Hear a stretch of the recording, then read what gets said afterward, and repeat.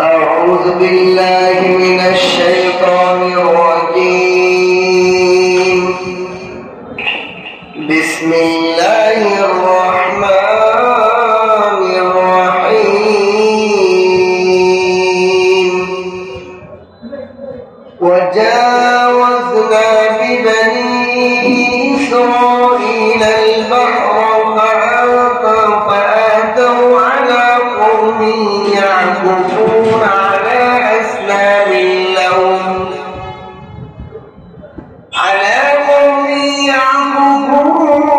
على أصنام لهم قالوا يا موسى اجعل لنا إلها كما لهم آلهة قال إنكم قوم تجهلون إن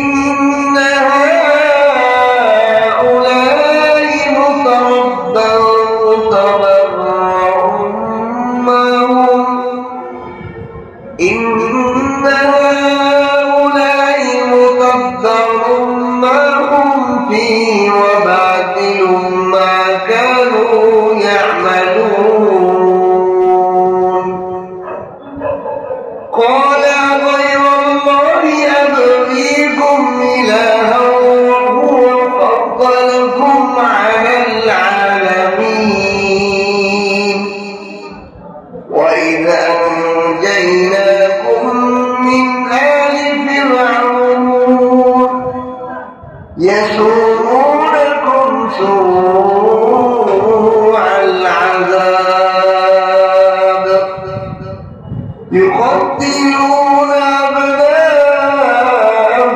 ويستحيون نساءكم وفي ذلكم بلاء من ربكم عظيم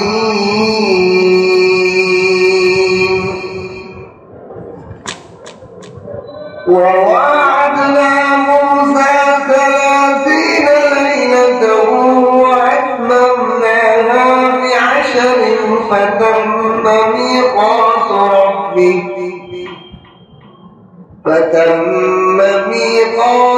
ربه 40 ليلة وقال موسى لأخيه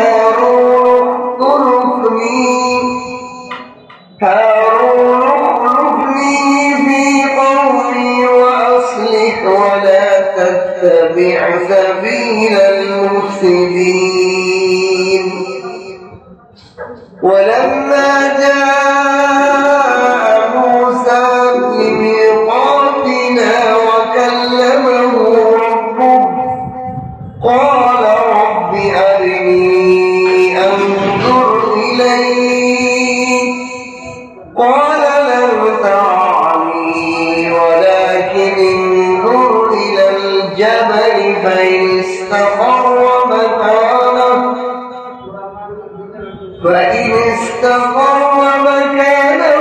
فسوف تراني فلما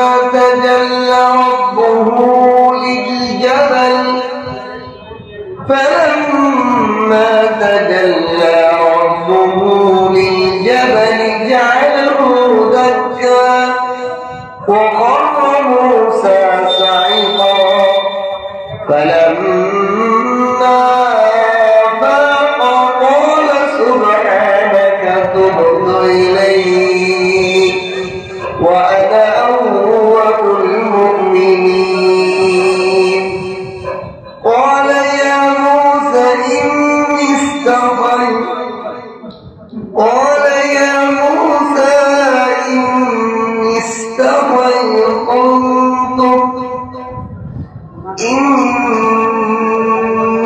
اصطفيتك على الناس برسالاتي وكلامي فخذ ما آتيتك وكن من الشاكرين وكتبنا له في الأرض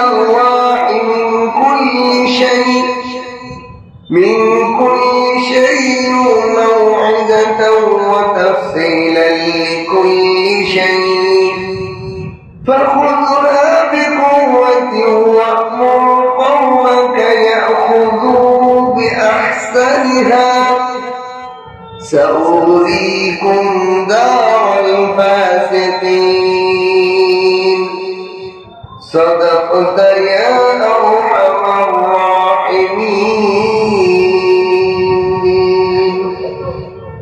بارك الله لنا ولكم في القرآن العظيم ونفعنا وإياكم بالآيات والذكر الحكيم. سبحانك لا علم لنا إلا ما علمتنا إنك أنت العليم الحكيم. ربي زدني علما ربي زدني علما رب اشرح لي صدري ويسر لي أمري واحلل عقدة من لساني يفقهوا قولي. আল্লাহ পাকের লাখ কোটি শুকর সুজুদ যে মহান রব্বুল আলামিন আমাদেরকে প্রতি সপ্তাহে ন্যায় কোরআনে কারীমের তাফসীর করা এবং শোনা আমলের নিয়তে বসার তৌফিক দান করেছেন। এই জন্য কালিমাতু শুকর আদায় করে আলহামদুলিল্লাহ। আজকে সূরা আরাফের 130 নম্বর আয়াত থেকে 145 নম্বর আয়াত, 138 নম্বর আয়াত থেকে 145 নম্বর আয়াত, 8টি আয়াত আমি তেলাওয়াত করেছি। আল্লাহ তাআলা যেন আমাকে এই আয়াতের ভেদ রহস্য নিজে বোঝা এবং আপনাদেরকে বোঝানোর তৌফিক দান করে বলেন আমিন।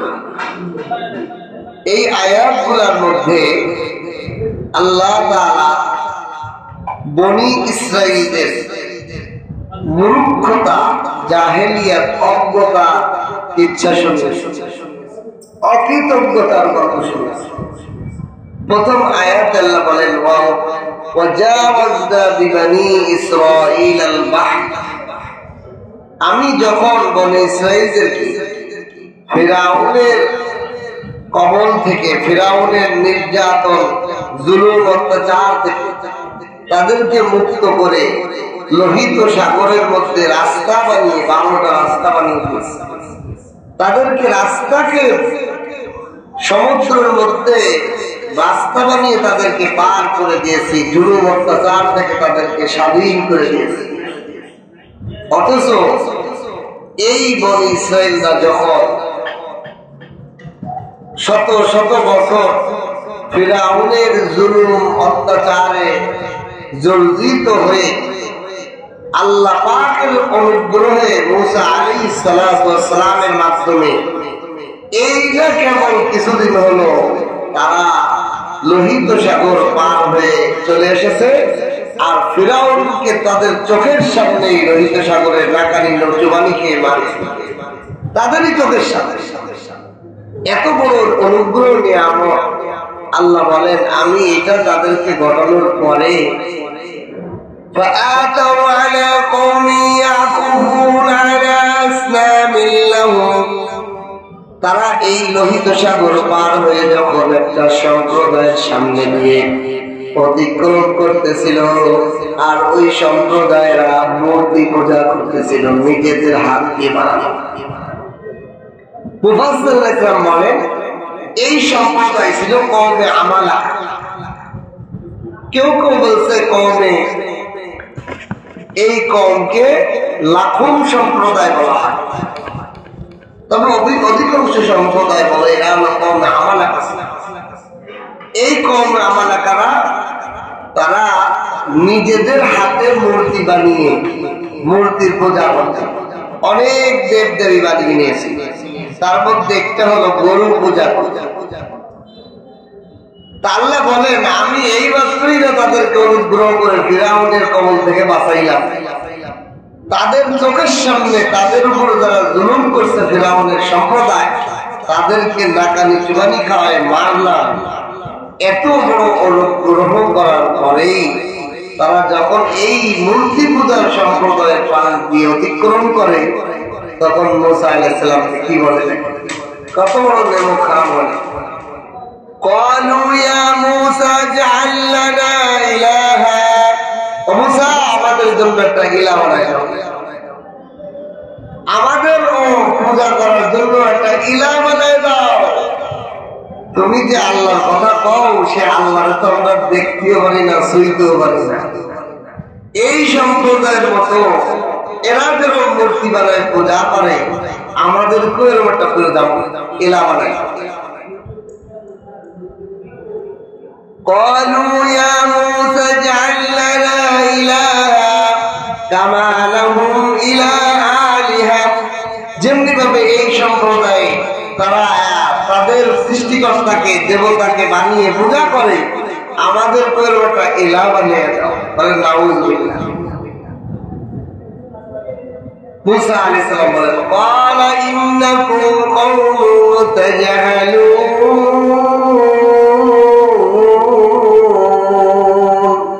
আরে বোকা, তোমরা তো দেখি মূর্খ জাতি, তোমরা তো দেখতেছি মূর্খের জাতি। ক্বালা ইন্নাকুম কওমুন তাজহালুন, নিশ্চয়ই তোমরা অজ্ঞ, মূর্খ, জাহেল সম্প্রদায়। কেন? পৃথিবীতে সবচেয়ে বড় বোকা হলো মূর্তি পূজা। তারা নিজেরা যে জিনিসটার স্রষ্টা, যে যেটা বানায় সে সেই জিনিসের স্রষ্টা হয় না। তা যে স্রষ্টা সে আবার সৃষ্টির পূজা করে কেন? এই তো সবচেয়ে নির্বুদ্ধিতা, বোকা, মূর্খর কাজ। এই জন্য আল্লাহর ভাষায় বলেন, আল্লাহ বলেন মুসা আলাইহিস সালাম বলো ইন্নাকুম কওমুন তাজহালুন, তোমরা তো মূর্খের জাতি, অজ্ঞের জাতি। আরে যে আল্লাহ তোমাদেরকে ফিরাউনের জুলুম থেকে বাঁচাইলো, ফিরাউনের জালেম সম্প্রদায়কে মাথা নিচু করে মারলো, সেই আল্লাহর ইবাদত বন্দেগী ভুলে গিয়ে তোমরা এই মূর্তি পুজোর অজ্ঞদের মতো অজ্ঞদের আদর্শ দেখে তুমি গ্রহণ করে তোমরা আমাদের একটা ইলা বানাই দেন। এটা তো মূর্খের কাজ, মূর্খ সম্প্রদায়ের কাজ। এই আয়াত থেকে আমাদের জন্য কয়েকটা জিনিস শিক্ষা। এক নম্বর হল, মানুষকে উপদেশ দেওয়ার ক্ষেত্রে তার উপর যে অনুগ্রহ করা হয়েছে, অনুগ্রহকে প্রকাশ করে দেওয়া। এই নিয়ে তুমি কি তোর গ্রহ দেখা, তোমার না এই তোমার উপর নাই অনুগ্রহ করো। অনুগ্রহ স্মরণ না হলে মানুষ অকৃতজ্ঞ হয়ে যাবে। এই জন্য আল্লাহ স্মরণ করে দিতেছে, আমি তোমাদের যে সাগরের নৌকা ছিল না, ব্রিজ ছিল না, তোমাদেরকে পার করলাম। কয়েকদিন আগে আমি আল্লাহ না পার করলাম, কয়েকদিন আগেই না জালেম ফিরাউনের বাহিনীকে তোমাদের সামনেই তোমাদের শত্রুদেরকে নিশ্চিহ্ন করে দিলাম। তোমরা এখনই আমাকে ভুলে যাও, আমার সাথে একটা মূর্তি দাঁড় করাইতে চাও, শরীক দাঁড় করাইতে যাও, ভুলে গেলে। এই আয়াত থেকে একটা প্রথম শিক্ষা হলো, মানুষকে বারে বারে তার কৃতজ্ঞ অনুগ্রহ স্মরণ করিয়ে দেওয়া। প্রতিটা মানুষ যদি আল্লাহ পাকের অনুগ্রহ কি আমার উপর আছে এটা বারে বারে মোরাকাবা করে, বারে বারে স্মরণ করে, ওই মানুষটা কখনো নাফরমান। এই জন্য আমাদের শায়েখ পীর মাশায়েখরা মানুষকে ইসলামের জন্য খানকার মধ্যে বারে বারে ইসলাহি বয়ান করে। এই বয়ানে দেখবেন বেশি কিছু বলে না, মানে আল্লাহ পাকের কুদরত, আল্লাহ পাকের অনুগ্রহ আমাদের উপর কি পরিমাণ, এগুলোই উম্মতকে বেশি বেশি স্মরণ করায় দিলে উম্মত লাইবে। আপনি আমি যদি চিন্তা করি, ছোট্ট একটা অঙ্গ প্রত্যঙ্গ নিয়ে যদি চিন্তা করি, এই যে জিহ্বা আল্লাহ পাকের একটা নিয়ামত। ধরেন আমি আপনি খাইতেছি, কত ধরনের স্বাদ দেখতেছি, কিন্তু একটু গভীর ভাবে চিন্তা করে দেখেন, আল্লাহ তাআলা আমাকে জিহ্বার এবং এই গোস্তের টুকরাটা দিয়ে কি পরিমাণ অনুগ্রহ করেছে, এটা যদি আমরা খুব গভীর ভাবে চিন্তা করি, তা আল্লাহর জন্য বুক ফাটায় কাঁদতে বলেছে। যেমন পুরা শরীরের কোথাও যদি আমি আপেল লাগাই, গোস্ত লাগাই, খাসির গোস্ত, পেয়ারা, আপেল, কমলা, আম, জাম, কাঁঠাল, সর্বপ্রকার খাদ্য যদি আমি শরীরের যে কোনো জায়গা লাগাই, শরীর বলতে পারবে এটা কি খাবার। কিন্তু একটা মানুষের যদি চোখ দুটো বাদ দিয়া জিহ্বার বলতে আমের টুকরা দেওয়া হয়, মানুষটা বলে ফেলবে এটা আম। ওই জিহ্বার মধ্যে যদি জামটা দেওয়া হয় বলে ফেলবে এটা জাম। জিহ্বার মধ্যে যদি মাছ দেওয়া হয় কোন ধরনের মাছ, কি মাছ তাও পর্যন্ত মানুষ বলে দিতে পারে। গোস্তের টুকরা দিলে বলে দিতে পারে এটা মুরগির গোস্ত না গরুর গোস্ত না খাসির গোস্ত, সব এই জিহ্বা দ্বারা বলে দিতে পারে। কি কুদরত, কি মহানুগ্রহ আমার উপর। সারা শরীরে আমার কোনো খাদ্য টাচ করলে আমি কিছুই বুঝি না, কিছুই অনুভব করি না, কোনো স্বাদও পাই না। কিন্তু জিহ্বা নামক এই টুকরাটা আল্লাহ পাক আমাকে দিয়ে সারা দুনিয়ার সারা আরেক রকমের খাবারের স্বাদ আমাকে আস্বাদন করার মতো নিয়ামত আমাকে দিয়েছে। এই জিহ্বা দিয়ে আমার অনেক খারাপ কাজ করা যায়। জিহ্বা দিয়ে মানুষকে, বন্ধুকে এমন একটা কথা বলেছি, বন্ধুর বন্ধুত্ব শেষ। জারাহাতু সিনানে লাহালিল কিয়াম, জারাহাতু সিনানে লাহালিল কিয়াম, মা ইয়ালতাউ জারাহাল লিসান। নাহুবিদ কবি বলেন আল্লাহ তাআলা এই জবানকে এমন ধারালো ছুরি বানিয়েছেন, এই ছুরি দিয়ে যদি আঘাত করা হয় কারো অন্তরে আর কোনদিন জোড়া লাগে না। দুনিয়ার ছুরিতে ফল দিয়ে, দুনিয়ার তরবারি দিয়ে, ধারালো অস্ত্র দিয়ে আঘাত করলে ওখানে সেলাই দিয়ে ডাক্তার জোড়া লাগাই দিতে পারে, কিন্তু মানুষের মুখের কথার দ্বারা যদি একবার অন্তর ভেঙে যায় জিন্দেগিতে আর জোড়া লাগে না। এত ধারালো জিহ্বা। আবার এই জিহ্বা এত দামি। ইন্নাল বায়ান আলা সিহরা, এই জিহ্বা দিয়ে একজন আলেম যখন বয়ান করে একজন কাফের ও মুসলমান হয়ে যায়। একজন সুদখোর, একজন সুদখোর, একজন জিনাকারী, একজন মদখোর, সে জীবনের স্তরে মদ খাওয়ায় গুনার কাজটাও ছেড়ে দেয় জিহ্বার কথা। এই জিহ্বা দিয়ে একবার সুবহানাল্লাহ বললে আল্লাহ তাআলা জান্নাতের মধ্যে একটা গাছ লাগিয়ে দেয়, যে গাছে পৃথিবীর সমস্ত ধরনের ফল তৈরি হবে। সেই গাছটার মধ্যে পৃথিবীর সব ধরনের ফল এক গাছে আল্লাহ দান করবেন। একটা গাছ কত বড় হবে? জিবরাইল আলাইহিস সালাম ৭০,০০০ বছর ঘোড়া দৌড়াইয়া যেই গাছের ছায়াই শেষ করতে পারে না। আল্লাহ জিহ্বা আল্লাহ পাকের কত বড়। এরপরে আসেন এই যে জিহ্বা দিয়ে আমরা যে কথা বলি, পৃথিবীর কোন প্রাণীকে আল্লাহ তাআলা কথা বলার শক্তি দেন নাই, মানুষকে একমাত্র কথা বলার শক্তি দিয়েছেন। আপনাদের প্রশ্ন হয়ে যেতে পারে মনে মনে, হুজুর ময়না কথা কয়, কোকিল পাখি কথা কয়, কত পাখি তো কথা কয়, কত প্রাণীর কথা হয়। না না না, এগুলো হলো আওয়াজ, আর মানুষেরটা হলো কথা। সমস্ত প্রাণীকে আল্লাহ দিয়েছেন আওয়াজ, আর মানুষকে দিয়েছেন ভাষা, কথা বলা ভাষা দিয়েছেন।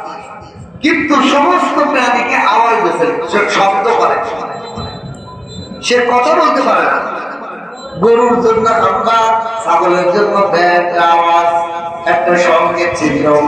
কিন্তু মানুষকে আল্লাহ তাআলা মনের ভাব প্রকাশ করার জন্য আরেক রকমের শব্দ বলার তৌফিক দিয়েছেন। এমনকি এই জবান দিয়ে মানুষ গরুর ডাকও দিতে পারে, ছাগলের ডাকও দিতে পারে, ট্রেনের আওয়াজও দিতে পারে, বাসের আওয়াজও দিতে পারে, হরেক রকমের আওয়াজ দিতে পারে। ঠিক কিনা? এই যে যোগ্যতা, এই যে জিহ্বার মাধ্যমে আল্লাহ তাআলা।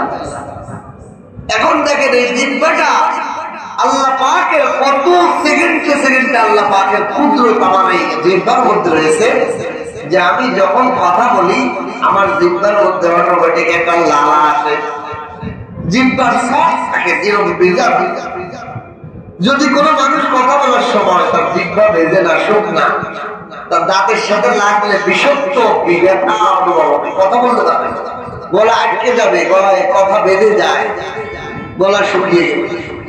এখন প্রশ্ন হলো, আল্লাহ যদি বলতেন ও বান্দা তোমার জিহ্বার যে পানি লাগে এটা তুমি নিজে নিজে নিয়ে নাও, পানি নিবা আমার কথা বলবা, আমার জন্য আপনার জন্য কত কঠিন হইয়া যাইত।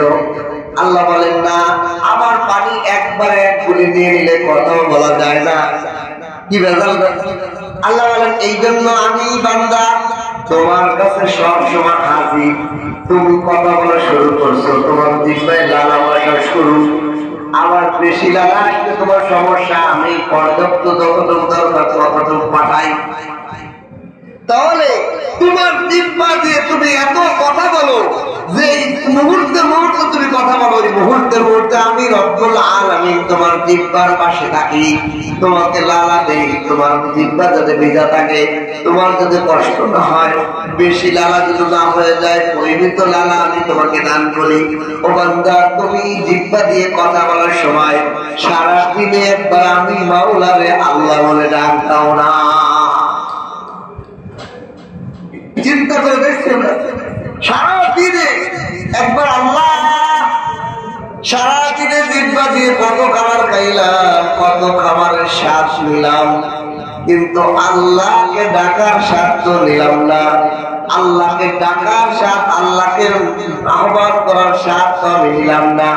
জিহ্বা দিয়ে কত ধরনের চিল্লাচিল্লি, কত লোক পালা, কত লোকের মিছিল দিলাম, কিন্তু আমার আল্লাহর প্রশংসার মিছিল কেন আমার জিহ্বা দিয়ে বের হয় না? আল্লাহু আকবার। আল্লাহর বলিকে আমি জিহ্বা দিয়ে উচ্চ করতে পারলাম না, আমি কেমন না পারবা। এই জন্য আল্লাহ পাকের নিয়ামত যত স্মরণ করবো তখন মনে হবে যে আমি কত বড় গাদ্দার, আমি কত বড় খারাপ, যে আল্লাহ সেকেন্ডে সেকেন্ডে আমার জিহ্বায় লালা দিচ্ছে, সে আল্লাহকে আমি সেকেন্ডে সেকেন্ডে একবারও স্মরণ করি না, বরং 24টা ঘন্টায় খুঁজেই পাই না যে আমি একবার আল্লাহ করছি। এই জন্য আল্লাহ বলেন প্রথম শিক্ষা হলো আমাদের জন্য আল্লাহ পাকের নিয়ামত গুলো স্মরণ করিয়ে দিয়ে মানুষকে কৃতজ্ঞতা শেখায়। আল্লাহ এই জন্য বনি ইসরাঈলদেরকে বলতেছে, বনি ইসরাঈল তোমরা ভুলে গেলে কিছুদিন আগেই তো তোমাদেরকে ফিরআউনের জুলুম অত্যাচার থেকে সাগর পাড়ি দিয়ালাম, তোমাদেরকে বনি ইসরাঈল ফিরআউনের জালেম জুলুম সম্প্রদায়কে তোমাদের সামনে, চোখের সামনে ধ্বংস করে তোমাদের প্রতি অনুগ্রহ করলাম। সব অনুগ্রহ ভুলে গেলে নতুন একটা সম্প্রদায়কে মূর্তি পূজা দেখে তোমরা চাইলে যে আমাদের একটা মূর্তি বানাইতে, এ কেমন তোর অকৃতজ্ঞতা। তাহলে এইভাবে আমাদের উচিত, আমাদের কি শিক্ষা দেয়? আমরা আমাদের দুই বাচ্চা, ছেলে মেয়ে, ভাই বোন, এদেরকে মাঝে মাঝে আমাদের পক্ষ থেকে যে নিয়ামত তাদেরকে দেওয়া হয়, আমরা যে তাদের মাথার ছায়া, এই কৃতজ্ঞতার অনুগ্রহর কথা মাঝে মাঝে স্মরণ করাই দেওয়া উচিত। যখন সহায় করে দেখেন না, তখন হট করতে হবে তুই স্বামী হিসেবে আমার কি দিস। ছেলে মেয়ে বলে বলবে বাবা তুমি কিছুই আমার জীবনে দাও, ভাই বোন বলে বলবে কিছুই তোমার থেকে ভাই নাই। এই জন্য কিছু কিছু কৃতজ্ঞ, কিছু কিছু অনুগ্রহ সব মাঝে মাঝে স্মরণ করিয়ে দেওয়া। স্মরণ না করিয়ে দিলে মানুষ অকৃতজ্ঞ হয়ে যায়। আল্লাহ তাআলা এটাই স্মরণ করে। বনি ইসরাঈল বলে আমাদের জন্য একটা ইলাহ বানাই দেন এই সম্প্রদায়ের মতো। 2 নম্বর শিক্ষা হলো এই আয়াত থেকে, 2 নম্বর শিক্ষা হলো যারা দুনিয়ার মূর্খ জাতি তারা আরেক জাতির অনুসরণ করে, নিজেদের ঐতিহ্য, নিজেদের অস্তিত্ব বিলীন করে অন্য সম্প্রদায়ের আদর্শ গ্রহণ করে। আমাদের সমাজে দেখবেন যারা বিজাতি কাফের মুশরিকদের কালচার আমাদের সমাজে ঢোকায়। আমাদের সমাজে মানুষ ইসলামের কোন জন্মদিন পালন আছে, এই জন্মদিন পালন হলো খ্রিস্টানদের স্বভাব।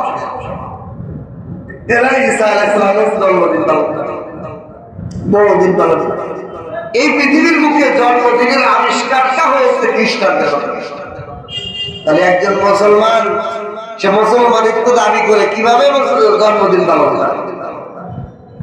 শেখের মুসলমানিত্ব থাকে না, জাহেলিয়াত, মূর্খতা, এগুলো এই জন্য কোন মুসলমান জন্মদিন পালন করতে পারে না।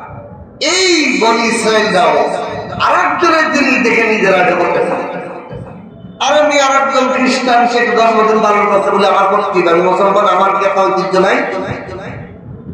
আরেকজন অকাম করছে বলে আমারও কাম করতে হবে। আরেকজন চুরি করলে কি তার দেখাতে আমি চুরি করি? ও মিয়া তুমি কয়টা খাও রেখা?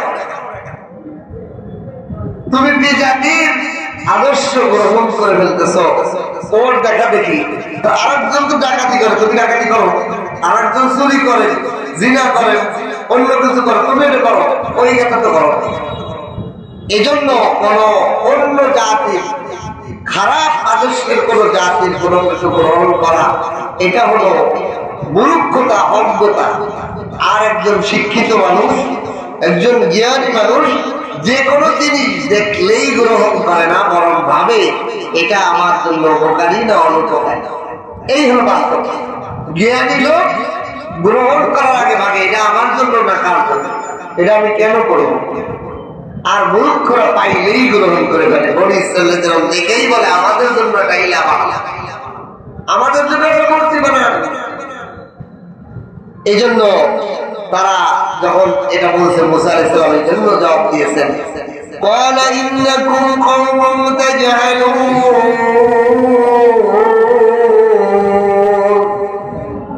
হে আমার সম্প্রদায় বনি ইসরাইল, তোমরা তো মূর্খ জাতি হয়ে গেলে।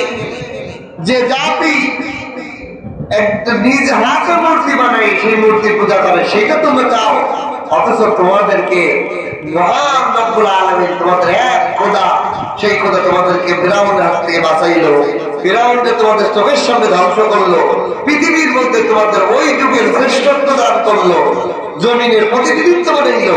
তোমরা তাকে ভুলে তার সাথে একটা মূর্তি পূজা করতে চাও। মূর্খ, অজ্ঞ আর জাহেল সাথে। এরপর আল্লাহ বলেন ইন্না হাউলাই মুতাবাররুন বিমা মুতাবাররুন মা হুম ফীহি ওয়া বাতিলুম মা কানু ইয়ামালুন।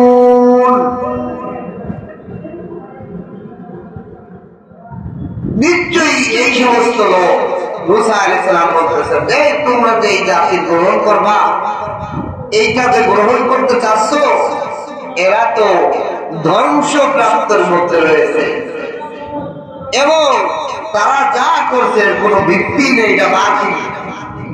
তারা যে মূর্তি পূজা করতেছে এটার কোনো ভিত্তি নাই, যে ভিত্তি নিজের সামনে থেকে কোনো খাবার তুলে খেতে পারে। দেখেন মূর্তির সামনে অনেক খাবার দিয়ে রাখছে। আল্লাহ তাআলা অন্য আয়াতে অন্য সূরার মধ্যে বলে, কোরআনে কারীমের অন্য আয়াতের মধ্যে বলছেন, দেখো তোমরা যে মূর্তিকে তোমাদের নাজাতের মাপকাঠি মনে করো, এই মূর্তি তো তার সামনে যে খাবার থাকে মিষ্টান, এর থেকে যে মাছি খাইয়ে যায়, সেই মাছিরে খেদানোর ক্ষমতাই তার লাগে।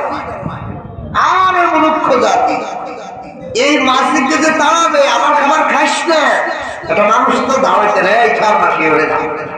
আর এই মূর্তিগুলো তার নিজের খাবার থেকে যে মাছি খাইয়ে যাচ্ছে, খাবার তাড়ানোর ক্ষমতাও তার নাই। সে তোমাদেরকে কিভাবে না যাবে, কিভাবে তোমাদেরকে বাঁচাবে? হে মূর্খ। আল্লাহ তাআলা মুসা আলাইহিস সালাম বলেন হাউলাই মুতাব্বারুন মা ফি, তারা তো ধ্বংসের মধ্যে রয়েছে। যে রাস্তায় যে পথে তারা হাঁটতেছে, মূর্তি পূজা করতেছে, এটা ধ্বংসের মধ্যে রয়েছে। ওয়াবাতিলুম মা কানু ইয়ামালুন, আর তারা যা করছে তা একেবারে অজ্ঞতা, জানেই না, এমন ভিত্তিহীন কাজ তারা করতেছে। قال غير الله أبغيكم إلها وهو فضلكم على العالمين। এরপরে মুসা বলেন আগার আল্লাহ ব্যতীত কি তোমাদের জন্য এমন একটা ইলাহ বুঝবো আমি, যিনি তোমাদেরকে ফজিলত দিয়েছেন, সম্মান বানিয়েছেন আলাল আলামিন। ওই যুগে বনি ইসরাইল ছিল পৃথিবীর শ্রেষ্ঠ জাতি, আল্লাহ সম্মান তাদেরকে দিয়েছিল। আল্লাহ বলেন যে আল্লাহ তোমাদেরকে এত বড় সম্মান দান করলেন, বিশ্ব জগতের মধ্যে বিশ্ববাসীর মধ্যে তোমাদেরকে ফজিলত দান করলেন, ওই আল্লাহকে বাদ দিয়ে তোমাদের জন্য আমি কোন আল্লাহ খুঁজবো? ও বনি ইসরাইল। তাহলে এখানে বোঝা যায় বাচ্চা যদি কোনো একটা ভুল জিনিস চায় তাকে খালি দমক দিয়ে না, এই তো দিয়ে দেবে না, এর মনে না এই দুইটা বনি ইসরাইলরা চাইছে আমাদের একটা ইলা বানাইতে, মুসা আলাইহিস সালাম তো হাত ভোট দিবানি কিসের ইলা আমার, এই কথা বলেই তো দিতে পারছে না। আগে বুঝাইছি আমার ওরা তো ভিত্তিহীন ধ্বংসের পথে আসছে, ওরা তো ক্ষতিগ্রস্ত হবে, ওদের কোনো কোনো ভিত্তি নাই। আমার দেখ ওদের যদি আমি একটু ভালো এই আল্লাহ কি ভালো অন্য কোনো কি ক্ষুদা আনন্দ করে আল্লাহ তো তোদের জন্য ভালো। তাহলে যদি ভুল দাবি করে তাকে দমক দিয়ে থামাই দিয়ে নয়, বরং তার দাবিটা যে ভুল, তার যে ক্ষতি, সেটা যা চাচ্ছে সেটা তার জন্য ক্ষতিকর হবে, তাকে এটা বুঝায় দেওয়া। এবার একটা ঘটনা শুনে আমার আমার একটা আত্মীয়র মধ্যে ছোট বাচ্চা, সে একদিন চুরি করতে করতে তার আর ক্যাশের থেকে ব্যবসা 11,000 টাকা চুরি করছে। 12-13 বছর করে ছেলে চুরি করি ঢাকা মাদ্রাসায় পড়ছে আমার সাথে, যাত্রাবাড়ি থেকে টিকিট কাটছে সিলেট, এসি গাড়ি 600-700 টাকা দাম। পরে সিলেট ঘুরে ঘুরে এসে গেছে ঢাকা, ঢাকা থেকে কক্সবাজার থেকে মংলা, আবার ঢাকা, ঢাকা থেকে আবার খুলনা বা এসে এইভাবে ঘুরতে করতে যতক্ষণ টাকা আছে 2-3 দিন ধরে মায়ের সারা গাড়ি চলে এক জায়গায় যায় ঘুরে পরে ওর বাপ মতো পাই ফিটাই রাখতে আমার কাছে আসতে আমি পরে বলছি যে ব্যাপারটা তুমি তো একদিনই এত বড় চোর হও, 11,000 টাকা চুরি করছে বাবার বাইক ক্যাশের থেকে ব্যবসা। আসল ভাবে বাকি বলো এখানে আমাদের জন্য শিক্ষা। এই তো বলতেছে যে আমি আজকে একদিন চুরি চোর অনেক আগের থেকে চুরি মানে ওর সাথে আমি তোর বাচ্চা পানি আসল ঘটনা কম। পরে বলতেছে যে আমি যখন ছোট মানে 5-6 বছর বয়স আমি এক আত্মীয় বাড়ি বেড়াইতে, তো ওই পাশের বাড়ি আত্মীয় বাড়ির পাশের বাড়ি বাচ্চারা খেলতেছে গাড়িতে, ছোট গাড়ি, ওই গাড়িটা দেওয়ার পছন্দ করেছে। তা আমি আমার আব্বাকে বলছি আব্বা আমাকে এই গাড়িটা কিনে দেবে। আব্বা এমন দমক পান কোন শান্ত তখন আমি কি করছি, গাড়ি তো আমার লোক লাগছে, আমার তো গাড়ি প্রয়োজনই, আমি করছি কি ওই বাড়ির গাড়ি চুরি হচ্ছে। চুরি করার পর ওই বাড়ি এলাকায় কিছু ধরা হবে, তারা আমার আমার গাড়িতে গাড়ি গাড়ি নিয়ে 2-3টা চল মাঝে আমার খেতাইতেছে, ছোট বেশি বড় বিচার করে। এরপর বাড়িতে এসে আপনার বাড়িতে চুরি করছে, মায়ের কাছে চুরি হচ্ছে। এইভাবে চুরি করতে করতে আমি যা চাই দেয় না চুরি হলে করতে আমার যেটা হাউস হয় সেটা আমার দরকার। আমি তো ছোট মানুষ, এখন বাপ্পা যখন দেয় না আর আমার সুন্দর করে বুঝাও দেয় না যে এখন কিনা যাবে না, আরো বড় কিনতে হবে, বড় বড় পেলে কিনবা, টাকা বুঝাও আস্তে আস্তে কিনবা, এটা বুঝায় না। আমি আস্তে আস্তে চুরি করতে করতে আমার বড় চলে গেছে। তাহলে বুঝতে হবে আমার আপনার সন্তান, আমার আপনার ছেলে মেয়ে যদি চোর হয় আমি আপনি চোরের দায়িত্ব। আমি আমার সন্তানদের রেগুলে আব্বা আমার সাইকেল অবশ্যই দৃষ্টি দেখি, আমি কই না দেখি না লড়াই। এখন আমি বলি দেখো আমিও টাকা বুঝাই বুঝাই সাইকেল, তোমারও টাকা বুঝাই বুঝাই, তোমার আব্বা আমার আব্বা আমার এরকম করে, আমিও বুঝাই বুঝাই গেছি, তুমিও বুঝাই বুঝাই গেল। আমার কাছে নিবা 10 টাকা, আমার কাছে নিবা নিয়ে নিয়ে বুঝাবো। এখন ছেলে গুছায় আলহামদুলিল্লাহ, ঈদের বোনাস গুছাই গুছাই আমার 2-3,000 টাকা গুছাই, আমি আরো 500-700 টাকা বলে এখন তারপরে এই বাচ্চাটা কি হয়েছে, তার এমন কি হয়েছে, এখন এই বাড়িতে বলতেছে আব্বু আমি এখন আমি বলছি যে আরো টাকা বুঝাই, যেমন 2000 টাকা হয়েছে, আমি বলছি আরো টাকা 2000 টাকা ড্রোন পাওয়া যায়, বলছে না একটু পরে, আর এমন একটা জিনিস কিনতে হবে যেটা আমার কাজে লাগে। ড্রোন কিনবো কজন কিনবো, আমি ড্রোন কিনবা, ঠিক আছে, ড্রোনের জিনিস কিনে দেবো, তুমি ড্রোন বানাবো, মোটর কিনে দেবো, তুমি পাখা কিনে দেবো, তুমি ড্রোন বানাবো। এই যে ছেলেমেয়েকে বুঝাই দিতে হবে, তুমি অন্য খেলনা কিনবা, খেলনা গাড়ি রিমোট কন্ট্রোল গাড়ি কিনবা, আর তুমি বানায় চালাবা, তাহলে তোমার মজা। কিছুদিন আগে আমার ছেলে এরকম বলতেছে, আব্বু আমার একটু দরের, আমি সাইকেল সাপোর্টিং ছিল, সাপোর্টিং খুলে দিয়ে করছে যে আমার একটু দরের, আমি সাইকেল শিখবো। আমি বলি না, আমি তো শিখে আমার কত বড় শিখাইনি, আমি একা একা একা একদিনের মধ্যে চালাচ্ছি। বাচ্চাদেরকে এই যে বনি ইসরাঈলদেরকে বলছে, তোমরা যে আইলা করে দিতে পারছো, ধমক দিয়ে তাকে থানায় দিয়ে না, বরং ধমক দিয়ে তাকে লাইন দেখায় দেয় যে তোমার কি করা উচিত, তুমি এটি চাচ্ছ, হ্যাঁ তুমি কিনবে, তুমি কোথাও, আমি তোমাকে সহায়তা করবো, আমি তোমার বাধা নয়, তোমার এই খেলনার জিনিসটা আমি বাধা হবো না, বরং আমি তোমাকেও সাহায্য করতে চাই, এটা বাচ্চাকে বুঝাইতে। তাহলে সেই কখনো কি হবে না, অন্যায়ের পর চুরি ডাকাতির পর হবে। আমি আমার বাচ্চাদেরকে দেখছি, একদিন দেখি হঠাৎ করে দোকানের থেকে অনেক খাবার কিনতে, 20 টাকা 30 টাকার একটা খাবার, একটা খেলনা সহ। আমি তো বলছি এত টাকা তো আমিও দিইনি, রামও দিইনি, ব্যাপারটা কি? এখন বলছে তা এই খাবারের টাকা পাইলে কোথায়, দেখি মন খারাপ, চোখ মুখ খারাপ হয়ে গেছে, মানে ধরা খেয়ে গেছে। ছোট মানুষ কয় আম্মুর ব্যাংকে বেঁচে 100 টাকা বেশি। আমি তো তাহলে বোঝাই না, দেখো এই যে তুমি যে নিছো, বলে চোর, তুমি তো চোর, চোর যে আটকে গেলে, তুমি তো ভালো মানুষ, তুমি তো আল্লাহ বলি, মা বাবার কাছ থেকে টাকা যদি তুমি না বলে নাও, তুমি কি আটকে হারে, তোমার আটকে আমি আহারে, আমি তো কাম পাচ্ছি, তোমার তো ব্যাপার তারা কাম। এখন এই যে তখন বুঝাইছি যে আর এলো করা যাবে না, কাপড় ভুলে গেছে, এরপরে ওরা তো বুঝাই গেল। এখন তো সব সমস্যা আমাদের, আমি ওর বিবিধি করলাম কি খুচরা টাকা 5 টাকা 10 টাকা এগুলো বেশি প্রতিদিন 5-10 সময় 10 টাকা 5 টাকা দিয়ে দেবেন প্রতিদিন খাওয়া যাবে, তাতে ও ওই মাদ্রাসায় যে অন্যান্য সাথীরা কিনে খায়, ওর জন্য ওইটার আফসোসে চলি না।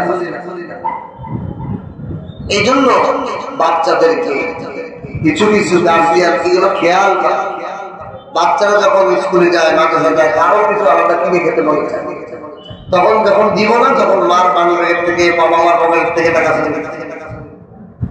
এই জন্য তাদেরকে কন্ট্রোল করা, অথবা খাবার জিনিস কিনে ব্যাগে দিয়ে দেয়, তাতে অন্য সাথীরা যখন খাবে তো সব সে যখন এই প্যাকেটে বের করে বিস্কুট এসব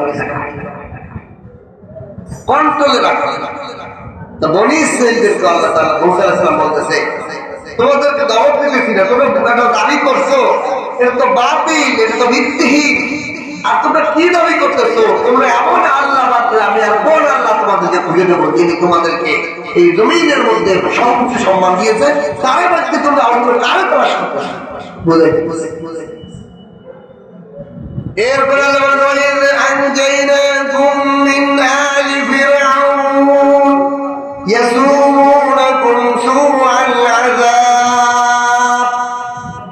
স্মরণ করো হে বনি ইসরাঈল, আনজাইনাকুম মিন আলি ফিরআউন, ফিরআউনের জুলুম অত্যাচার থেকে তোমাদেরকে বাঁচাইছিলাম আল্লাহ। আমি আল্লাহ তোমাদেরকে ফিরআউনের জুলুম অত্যাচার থেকে বাঁচাইছি। কিরকম জুলুম? ইয়াসুমুনাকুম সুআল আযাব, ফিরআউন বনি ইসরাঈলদেরকে কঠিন জুলুম অত্যাচার করত। বর্তমান ইসরায়েল যেরকম ফিলিস্তিনি করতেছে, এত ভয়ানক অত্যাচার তাদের উপর করত ফিরআউন। আল্লাহ তাআলা উদাহরণ দিয়ে বলছেন, চোখের সামনে তাদের কলিজার টুকরা ইউকতিলুনা আবনাকুম, তাদের পুত্র সন্তানদেরকে জবাই করত। এই বনি ইসরাঈলদের আপনি চিন্তা করেন, আপনারা জবাই দিয়া যত কষ্ট না, আপনার সন্তানকে আপনার সামনে জবাই দিয়ে তার তো ভয়ানক হয়। বনি ইসরাঈলরা ঈদের ছেলে সন্তান যখন হইত ফিরআউন তাদেরকে ওদের মা বাবার সামনে জবাই দিত। ওয়াস্তাহিয়ুনা নিসাআকুম, আর তাদের মেয়ে সন্তানদেরকে জীবিত ছেড়ে দিত। দেখেন চোখের দৃষ্টিতে মনে হচ্ছে ছেলেদের পর জুলুম করছে আর মেয়েদেরকে জীবিত ছেড়ে দিচ্ছে, কিন্তু না, চোখে সব জিনিস ঠিক দেয়, আসলে মেয়েদের উপর বেশি জুলুম করছে। এরকম ফিরআউনের বাহিনীরা, ফিরআউনের সম্প্রদায় ছেলেদেরকে তো জমিতে মারি হয়েছে নগদ জুলুম, আর এই মেয়েদেরকে জীবিত রাখিয়া তাদেরকে সারা জীবন যে দাসিত্বর জিন্দেগি দিয়েছিল, বাটি বানায় রাখতো, তাদেরকে ব্যবহার করতো, পুরো জীবনের শেষ পর্যন্ত তাদেরকে ব্যবহার করতো বাটি বানায়। তাহলে এটা বেশি জুলুম না? তাহলে অনেক সময় দেখা যায় দৃশ্যমান কোন একটা এটা বেশি জুলুম করছে, কিন্তু এরপর বেশি জুলুম মেয়েদেরকে জীবিত রাখিয়া তাদেরকে দাসী বানায় সারা জিন্দেগি তাদের উপর জুলুম করছে। وفي ذلكم بلاء من ربكم عظيم, আল্লাহ তাআলা বলেন এগুলোর মধ্যেই তাদের জন্য বড় ধরনের পরীক্ষা রেখেছিলাম। বনি ইসরাঈলকে বড় আযীম বড় পরীক্ষা আমি নিয়েছিলাম এই ফিরআউনের জুলুম অত্যাচারের মাধ্যমে। কঠিন পরীক্ষা আমি তাদেরকে নিয়েছিলাম। এই পরীক্ষার মাধ্যমে তাদেরকে আমি কি জমিনের উপর তাদেরকে শ্রেষ্ঠত্ব দান করেছিলাম। এই শ্রেষ্ঠত্ব তাদের আসছে এই পরীক্ষা। বনি ইসরাঈলরা এত বেহা, তারপরে এই পরীক্ষায় পাস করছে, সহ্য করছে, তাদের সন্তানকে জবাই করছে, তারপরেও ধৈর্য ধরেছিল যে আল্লাহ একজন নবী পাঠাবে, আমাদেরকে মুক্ত করবে উনি, এই অপেক্ষায় ছিল। আল্লাহ তাআলা এই পরীক্ষায় পাস করার কারণে তাদেরকে আল্লাহ তাআলা নাজাত দিয়েছে, ফিরআউনকে ধ্বংস করছে, তাদেরকে জমিনের মধ্যে প্রতিনিধিত্ব দান করছে। তাহলে আল্লাহর পক্ষ থেকে এই আয়াত থেকে বোঝা যায় আল্লাহর পক্ষ থেকে যখন আমার আপনার উপর কোনো মুসিবত আসে এরপরেই আমার আপনার জন্য কোনো সুখ আছে। আপনার একটা হঠাৎ করে ব্যবসায় লস, তাহলে বুঝবেন সামনে লাভ হবে কেন। আপনার হঠাৎ করে চাকরি নেই, তাহলে সামনে আপনার জন্য ভালো কোনো জব আসছে। আপনার ছেলে মেয়েদের কোনো বিপদ হয়ে যাচ্ছে, আপনার জন্য সামনে কোনো সুখের ব্যবস্থা আসছে। আল্লাহ তাআলার নিজাম হলো একজন বান্দাকে কখনো সর্বদা আল্লাহ শানিতে রাখেন না। সুখ আর দুঃখ দিয়ে আল্লাহ তাআলা জীবনটাকে সাথে, কখনো সুখ কখনো দুঃখ, কখনো দরিদ্র কখনো গরিব। সমাজের আমি আমার দুই চোখে এই 38 বছর বয়সে দেখেছি যারা ভাত পাই নাই, অনেকগুলো ছেলে মেয়ে, গ্রামের গরিব মানুষ, বাচ্চা কাচ্চা অনেক, সারাদিন কাজ করে ওরা চাই ব্যবস্থা করছে, ওরা ডাইনিং দিয়ে কোনো মাছ গোস শাক সবজি ব্যবস্থা করতে পারে নাই, অথবা পশু ভত্তা দিয়ে জঙ্গল থেকে পাতা মতো দিয়ে শাক সবজি দিয়ে খাইছে। তাদের টাকা অভাব, তারা এখন কোটি কোটি টাকার মালিক, গাড়ি বাড়ির অভাব, অথচ তার বাপ মা খুব কষ্টে গেছে, এখন তারা ভাত খায় না, বিরিয়ানি খায়, কাচ্চি খায়। আল্লাহ। আর যারা কঠিন দরিদ্র ছিল তারা আমার করোনার জিন্দগি বাদ করে, করোনার গাই বাদ খেয়ে দিল। আমার চোখে দেখো হাজার হাজার বিঘে জমির মালিক সব বেঁচে দিতে খাইয়ে আমার বংশধরের ঘর করার করোনার টাকা। জমিদার হাজার হাজার মানুষের কাছে জমির খাওয়া উঠাইছে, এখন নিজেদের সে তাদের বংশধর ছেলে মেয়েগুলো এখন ঘর করার জায়গা পায় না, ঘর হলো জায়গা নেই, অথচ আগে জমিদার কে করে? আল্লাহ।